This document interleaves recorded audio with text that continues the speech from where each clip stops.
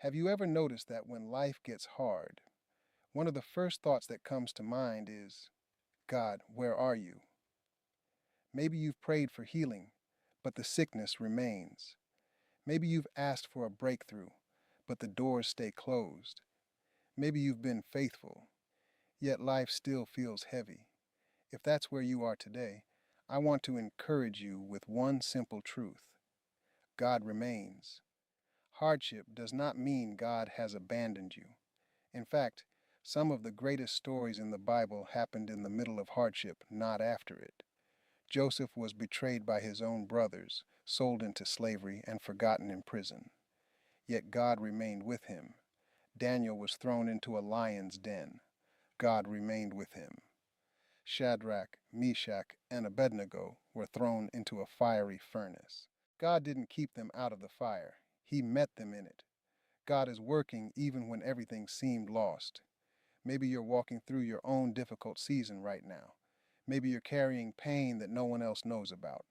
Maybe you're struggling financially, emotionally, spiritually, or in your relationships. Listen carefully.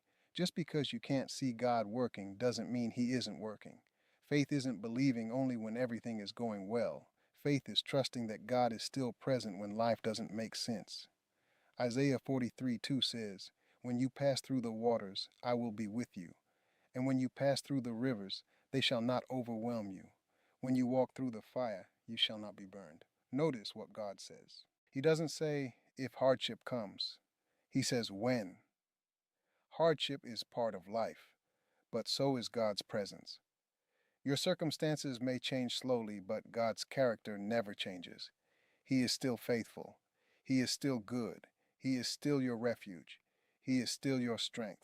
And He is still writing your story. So don't let today's hardship convince you that tomorrow has no hope.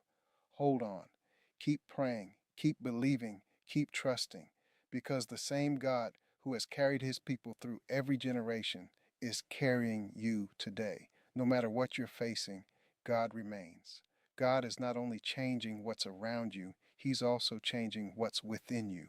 Because the person you are becoming is just as important as the destination you're trying to reach. A builder doesn't start with the roof, he starts with the foundation.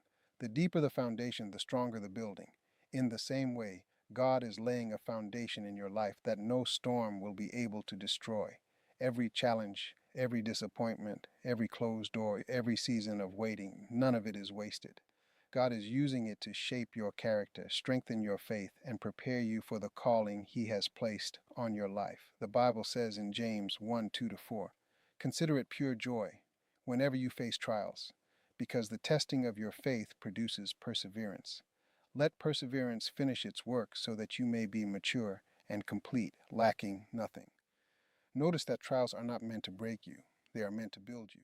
Just as gold is refined by fire, your faith is refined through difficult seasons. God is removing fear and replacing it with courage. He's removing pride and replacing it with humility. He's replacing doubt with confidence in Him.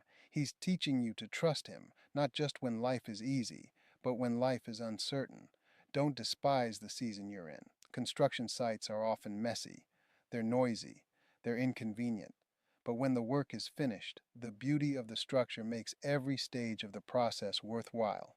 Trust the master builder. He knows exactly what he's creating.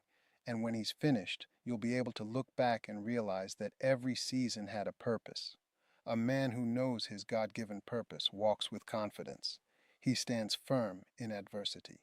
He remains faithful in seasons of waiting. He keeps moving forward even when the path is difficult. Purpose gives direction, faith gives strength, and God gives the power to endure. The world may reject him, people may misunderstand him, doors may close, but no opposition can stop a man who is walking in the will of God, not by his own strength, but by the power and grace of God working through him.